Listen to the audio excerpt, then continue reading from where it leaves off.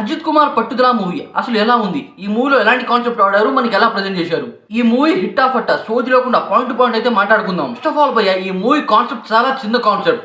ఈ కాన్సెప్ట్ ని డైరెక్టర్ మాత్రం ఒక రేంజ్ లో చూపించాడు భయ్య. అసలు సింపుల్ గా అనమాట.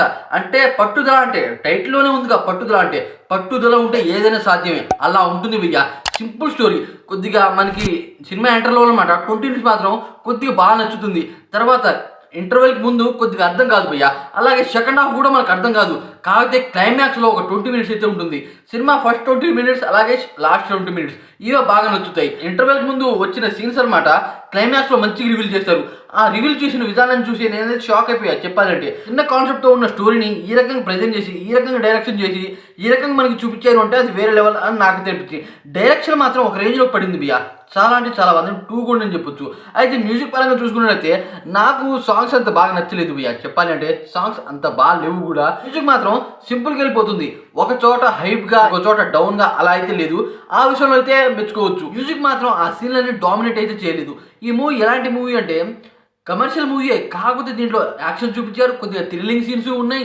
అంటే ఎక్కువే ఉండు, 3-4 థ్రిల్లింగ్ సీన్స్ మాత్రమే ఉంటాయి. కొద్దిగా లవ్ యాంగిల్ కూడా చూపించారు. ఈ రకంగా డైరెక్షన్ కూడా బాగానే అనిపించింది నాకైతే. అజిత్ కుమార్ ఫ్యాన్స్ అయితే పండగ చేస్తారు, నిజం చెప్తున్నా కదా.